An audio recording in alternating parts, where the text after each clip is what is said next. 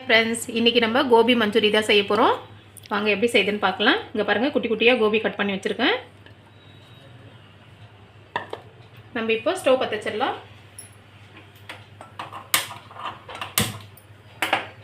எதுக்கு ஸ்டவ் பற்ற வைக்கிறோன்னா, அது கலக்கிறதுக்குள்ளே எண்ணெய் சூடு ஏறட்டும். பாருங்கள், இவ்வளோ ஆயில் போதும். இது நல்லா சூடு ஏறட்டும். நம்ம கோபி எப்படி மிக்ஸ் பண்ணுறதுன்னு பார்க்கலாம்.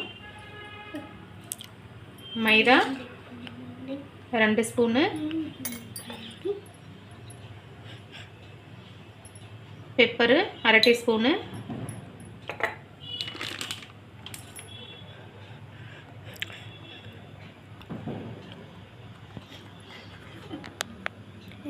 கார்ன்ஃப்ளவர் 2 ஸ்பூன் போடுறேன்.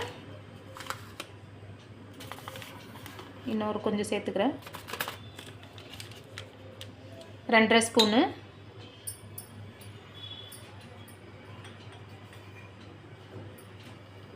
தேவையான அளவு உப்பு,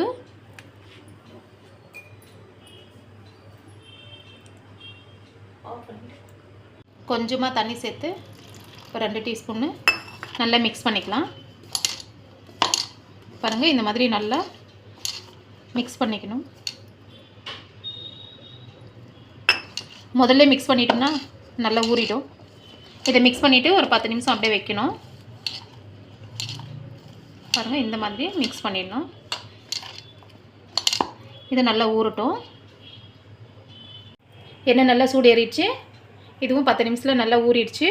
இப்போ நம்ம எண்ணெயில் சேர்த்து பொரிச்சிக்கலாம். பாருங்கள், எண்ணெய் நல்லா சூடு ஏறி இருக்குது. எண்ணெய் நல்லா சூடு ஏறணும். கோபி வந்து இந்த சைஸுக்கு தான் கட் பண்ணணும்.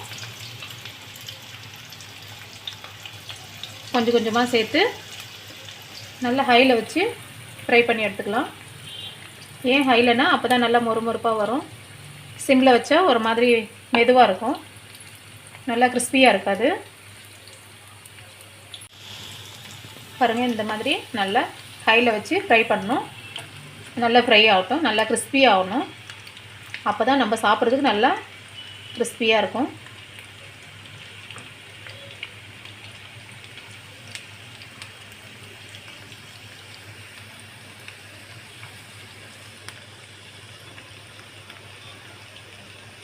பாருங்கள், இந்த மாதிரி நல்லா ஃப்ரை பண்ணி எடுத்து ஒரு பிளேட்டில் மாற்றிக்கலாம். பாருங்கள், இந்த மாதிரி எல்லாமே நல்லா பொன்னிறமாக பொரித்து எடுத்துக்கோங்க. பாருங்கள், எவ்வளோ கிறிஸ்பியாக நல்லாயிருக்கு. இந்த அளவுக்கு பொரிக்கணும். பாருங்கள், இந்த மாதிரி ஒரு கொடை மிளகா பாதி எடுத்துருக்கேன், பொடியாக கட் பண்ணி வச்சுருக்கேன். இப்போ வந்து நம்ம தாளிக்க ஆரம்பிச்சிடலாம். பாருங்கள், இந்த அளவுக்கு பொடியாக கட் பண்ணி எடுத்து வச்சுருக்கேன்.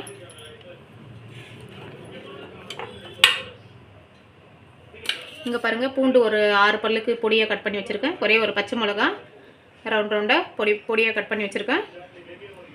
ஒரு வெங்காயம், பெரிய வெங்காயம் பொடியாக கட் பண்ணி வச்சுருக்கேன். இப்போ எப்படி செய்கிறதுன்னு பார்க்கலாம் வாங்க.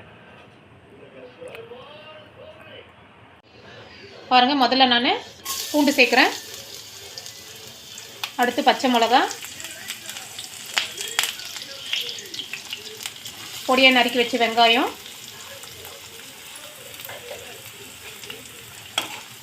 இதை நல்லா கலக்கி விட்டுக்கலாம். கூடவே பொடியாக கட் பண்ணி வச்ச கொடை மிளகா,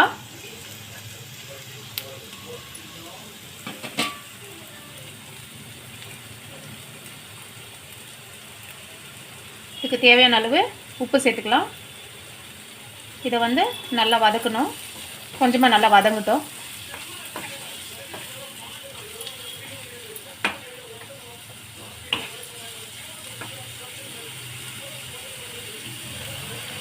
பாருங்கள், இந்த அளவுக்கு வதங்கணும். வதங்கியாச்சு. நம்ம இப்போ கொஞ்சம் சோயா சாஸ் சேர்த்துக்கலாம்.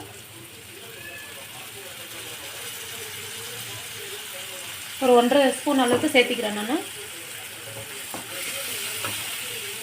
டொமேட்டோ சாஸ் கொஞ்சம் போடுறேன், 1 ஸ்பூன் அளவுக்கு.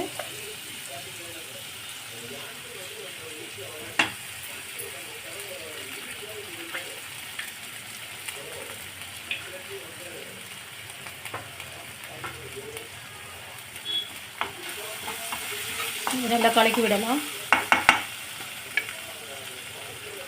சோயா சாஸில் கொஞ்சம் உப்பு இருக்கும், நீங்கள் பார்த்து தான் உப்பு சேர்த்துக்கணும்.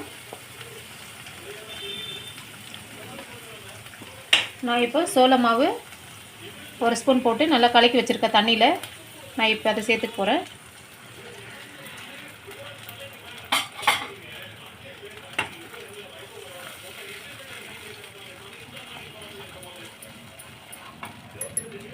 சில்லி சாஸு கொஞ்சமாக சேர்க்குறேன், ஒரு 1/4 டீஸ்பூனு. பாருங்கள், இந்த மாதிரி நல்லா மிக்ஸ் பண்ணிக்கணும். இதுக்கு கொஞ்சமாக தண்ணி தேவைப்படுது, நம்ம கொஞ்சமாக தண்ணி சேர்த்துக்கலாம்.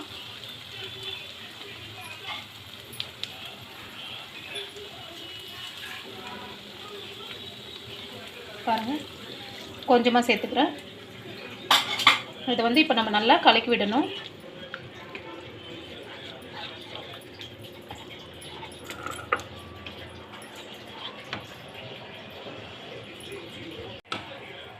பாருங்கள், இந்த அளவுக்கு நல்லா கெட்டியாயிடுச்சு.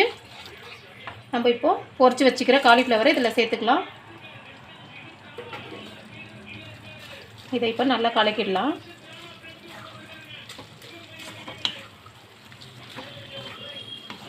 அவ்வளோதாங்க, ரெடி ஆயிடுச்சு கோபி மஞ்சூரியன். இதில் லைட்டாக நம்ம கொத்தமல்லியை தூவிக்கலாம்.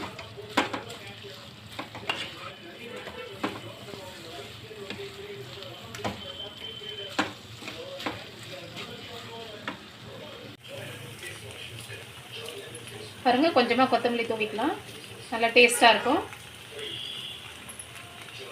ஒரு கிறிஸ்பியான கோபி மஞ்சூரியன் ரெடி ஆயிடுச்சு. நீங்களும் உங்கள் வீட்டில் ட்ரை பண்ணி பாருங்கள். சப்ஸ்கிரைப் பண்ணாதவங்களா சப்ஸ்கிரைப் பண்ணிவிடுங்க, லைக் பண்ணுங்கள், இந்த வீடியோ தள்ளாமல் பாருங்கள். பாருங்கள், சூப்பரான ஒரு கிறிஸ்பியான கோபி மஞ்சூரியன் ரெடி ஆயிடுச்சு. சாப்பிட்டு பாருங்கள் நீங்களும் உங்கள் வீட்டில் செஞ்சு. Bye.